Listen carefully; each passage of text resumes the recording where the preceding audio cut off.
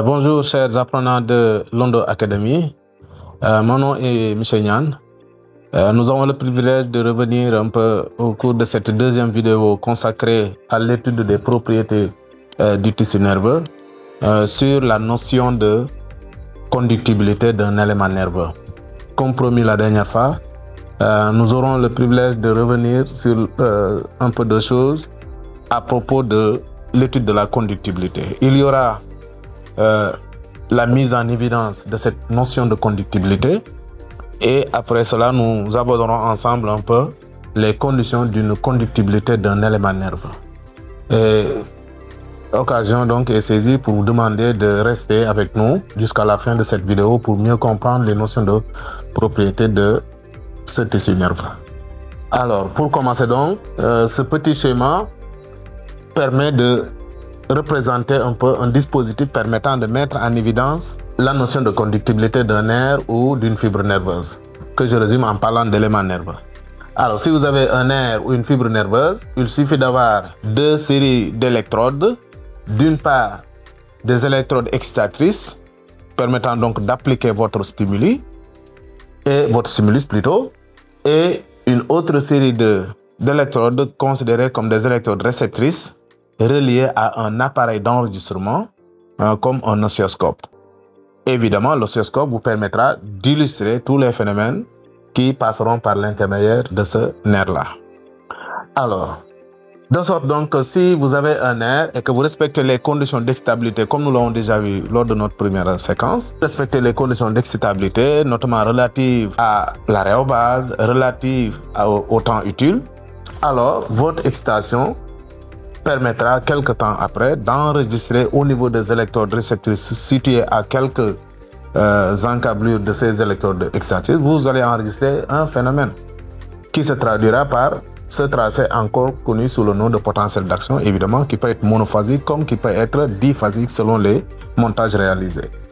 Alors, le simple fait que vous ayez excité à ce niveau et que vous obteniez une réponse quelque part plus loin prouve que l'élément nerveux qui a été excité a pu transmettre un message. Il a pu conduire un message. Et cette capacité qu'ont les éléments nerveux, que ce soit les nerfs, que ce soit les fibres nerveuses, de transmettre des informations à la suite d'une excitation efficace reçue dans leur environnement, cette capacité-là, c'est cette possibilité-là que l'on considère comme étant un peu la conductibilité. Donc, cette capacité qu'ont les fibres nerveuses et les nerfs à transmettre des informations à la suite d'une excitation efficace ou liminaire est considérée comme la conductibilité. Donc, on va dire qu'un nerf ou une fibre nerveuse est doué de conductibilité parce que quand vous l'excitez quelque part, vous allez avoir des phénomènes qui vont être transmis. Et ce phénomène n'est rien d'autre que globalement ce qu'on appelle un influx nerveux. Donc, l'influx nerveux n'est rien d'autre donc que l'information qui naît à la suite d'une excitation et qui est transmise un peu plus loin et qu'on pourra enregistrer notamment à l'aide d'appareils d'enregistrement tels que l'oscilloscope, matérialisé ici par les deux électrodes réceptrices. Le tracé obtenu maintenant selon les montages réalisés peut être un potentiel d'action comme celui-là, mais il pourrait aussi s'agir selon le montage réalisé d'un potentiel d'action, cette fois-ci diphasique. Vous allez avoir un peu un tracé comme ça. Alors, diphasique donc deux phases. Voilà. Là, on peut. Potentiel d'action, cette fois-ci, ici, c'est monophasique. Monophasique. Et là, on parlera de potentiel d'action, cette fois-ci diphasique. Voilà. La seule différence, c'est que au niveau des électrodes réceptrices, on les dispose différemment. Si vous enregistrez avec une seule électrode, vous allez avoir un potentiel mono. Mais si vous enregistrez avec les deux électrodes, évidemment, les phénomènes électriques notés ici, qui sont envoyés et qui sont plus connus sous le nom d'influx nerveux, vont être enregistrés par les deux électrodes. Voilà ce qui vous donne les deux phases et vous avez un potentiel d'action diphasique. Voilà donc, cette petite expérience très simple permet de mettre en évidence cette capacité qu'ont les éléments nerveux de transmettre des informations, notamment un influx nerveux, de le conduire, de le transférer, de le faire voyager en quelque sorte d'un endroit à un autre. Et c'est ça la notion de conductibilité qu'ont ces éléments nerveux. Alors, à la suite de cette petite expérience donc, qui nous a permis de mettre en évidence la notion de conductibilité des éléments nerveux, nous allons essayer aussi essayer de voir un peu les conditions qu'il faudra aussi respecter pour que ce travail de conduction puisse être réalisé par l'élément nerveux. Alors, pour l'exciter, on sait un peu qu'il faut respecter certaines conditions, mais l'élément nerveux aussi, pour faire son travail de conduction de l'influx nerveux, obéit à un certain nombre de règles. Notamment, il faut faire en sorte que l'élément nerveux ne soit rompu. Si vous la coupez, si vous la lésez, si vous l'anesthésiez, vous allez voir que la conduction ne se fait pas correcte, qu'il n'y aura pas de conduction.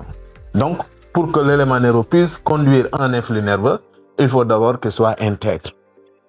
Voyez bien.